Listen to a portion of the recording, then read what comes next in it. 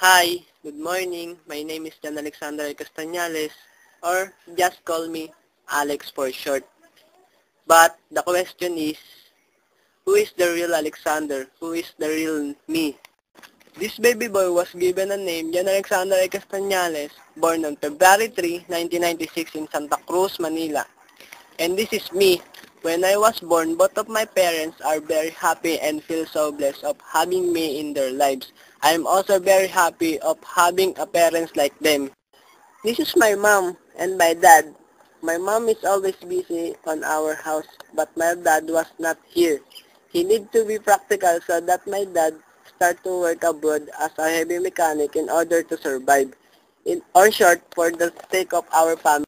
After 5 years, I started attending kindergarten school and always got an award of most behaved.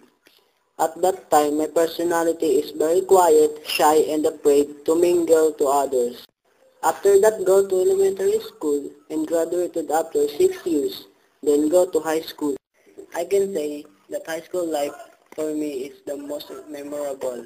It gives me a lot of first experiences like first crush, first girlfriend, first dance, first kiss, and even first breakup.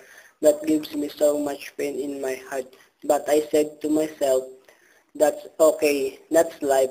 I only have to do is to focus, go with the flow, and enjoy it. And found out that my passion is to dance. I also belong to a group of dancers named Radical or RHM, wherein we enhance our talent every night and day by practicing. During that time, my personality has been developed wherein I can mingle and communicate to others, can sing and dance even on the crowd with confidence. After 4 years, I need to say farewell to my high school life then go to college. But look at me now. I am a big boy now. 16 years old. I can make my own decision, can go wherever I want to go, and can do to whatever I want to do. As of now, I am a college student. Prefer to choose BSME because I think I will become successful in this career. I believe that with hard working and perseverance, I will become successful someday.